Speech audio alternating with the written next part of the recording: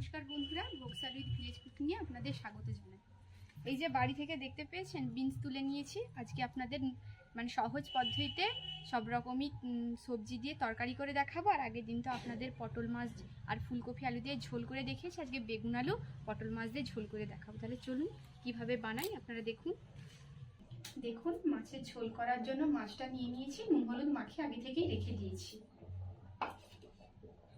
আর সবজিগুলো কেটে নেব। মিক্স সবজির জন্য এই গাজর, পেঁপে, আলু, বিনস আর ঝোলের জন্য বেগুন আর আলুটা কেটে নেব।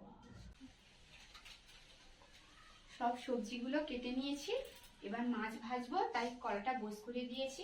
কড়াটা প্রায় গরম হয়ে গেছে। এবার মাছ ভাজার জন্য কড়াই দিয়ে দিচ্ছি তেল। কড়াটা গরম হয়ে যাওয়ার জন্য তেলটাও গরম হয়ে গেছে। এরপর একে একে মাছগুলো ছেড়ে দেবো।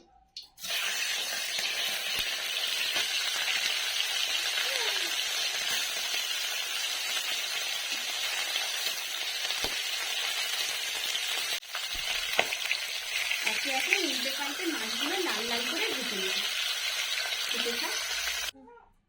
মাছ ভেজে নিয়েছি। এবার এই দিকের কড়াতে আমি মিক্স সবজিটা করে নেব, আর ওই দিকে বেগুনটা ভেজে নেব। কড়াই তেল দেওয়াই আছে, গরম হয়ে গেছে। বেগুনটা দিয়ে দিচ্ছি।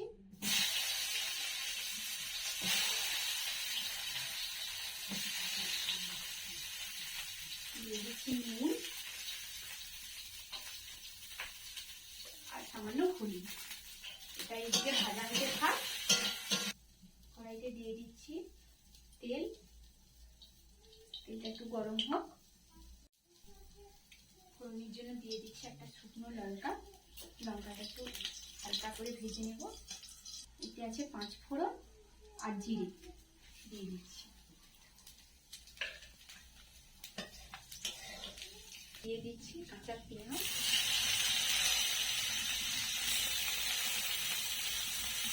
কিছুটা টমেটো, ভালো করে। এবার সব সবজিগুলো এতে দিয়ে দেবো। এবার এগুলোকে হালকা হালকা করে ভেজে নেব। এটা প্রায় ভাজা ভাজা হয়ে এসছে। আর এইদিকে বেগুনটা ভাজা হয়ে গেছে, নামিয়ে নেব। কড়াই দিয়ে দেবো কিছুটা পরিমাণ তেল।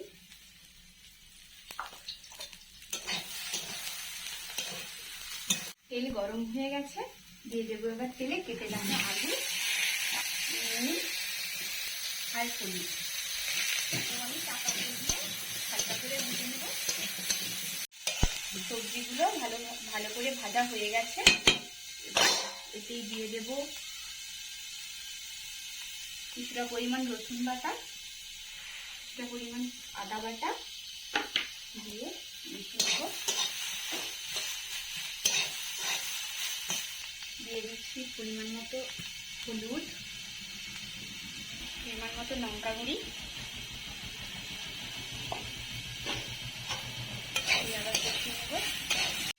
দিয়ে দিচ্ছি জল, দিয়ে দেবো স্বাদ মতো নুন, দিয়ে সবজিগুলো সেদ্ধ হওয়ার জন্য ঢাকা দিয়ে দেবো। আলুটা ভাজা হয়ে গেছে, এবার নামিয়ে নেব।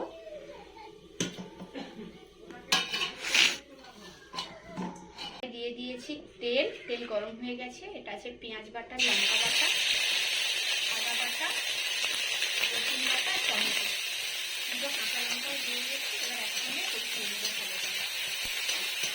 হলুদ, মশলাটা ভালো করে কষিয়ে নেব। নুন, দেখুন মশলাটা কত সুন্দর কষা হয়ে গেছে।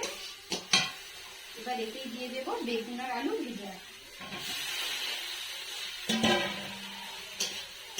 আবার কষিয়ে নেব। দিয়ে দেবো কিছুটা পরিমাণ নুন। এটাকে চাপা দিয়ে দিয়ে কষিয়ে নেব কিছুক্ষণ। ওইদিকে দেখি সবজিটা কি কতটা সেদ্ধ হলো।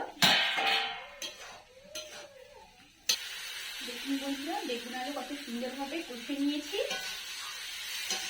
এবার দিয়ে দেবো পরিমাণ মতো জল।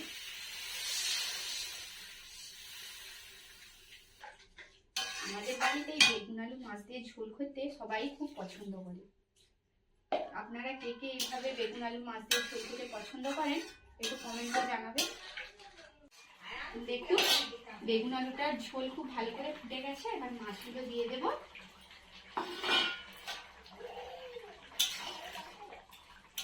থেকে দিয়ে দেবো সামান্য পরিমাণ ধনে পাতা আর একটু গরম মশলা। ঝোল হয়ে গেছে, এবার নামিয়ে নিচ্ছি। সবজির তরকারি হয়ে গেছে, আর এতেও দিয়ে দেবো কিছুটা পরিমাণ গরম মশলা গুঁড়ো।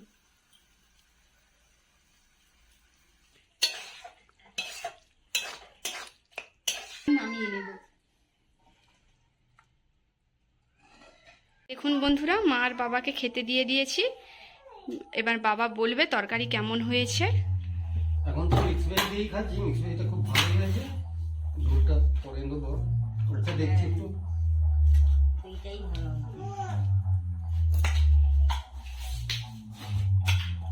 দুটোই খুব ভালো হয়েছে, দুটোই ভালো হয়েছে।